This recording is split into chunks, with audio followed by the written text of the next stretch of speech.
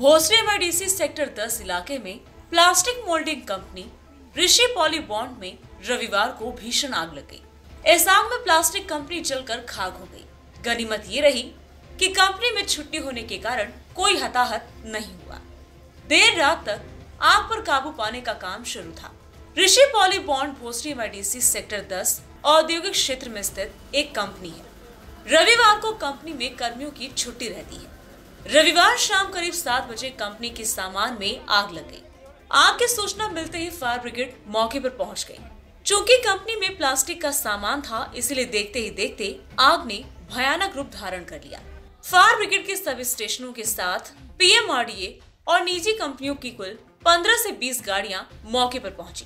Company में छुट्टी होने के कारण कंपनी में कोई कर्मचारी नहीं था। इससे बड़ी जनहानि होने से बच गई। देर रात तक आग पर काबू पाने का काम शुरू था। आग लगने का स्पष्ट कारण पता नहीं चल सका है।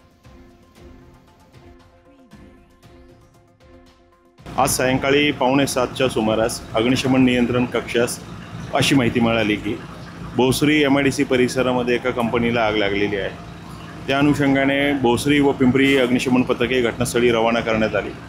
घटनास्थळी पोहोचल्यानंतर कंपनीमध्ये मोठ्या प्रमाणात आग लागलेली आहे असं निदर्शनास आले आणि त्या अनुषंगाने सर्व अग्निशमन केंद्रांना पाचारण करण्यात आले।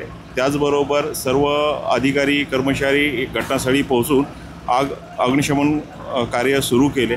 तथापि अधिकची मदत लागली असता PMRDA, MIDC, Tata Motors, Pune महानगरपालिका यांची देखील अग्निशमन वाहने पाचारण करण्यात आले।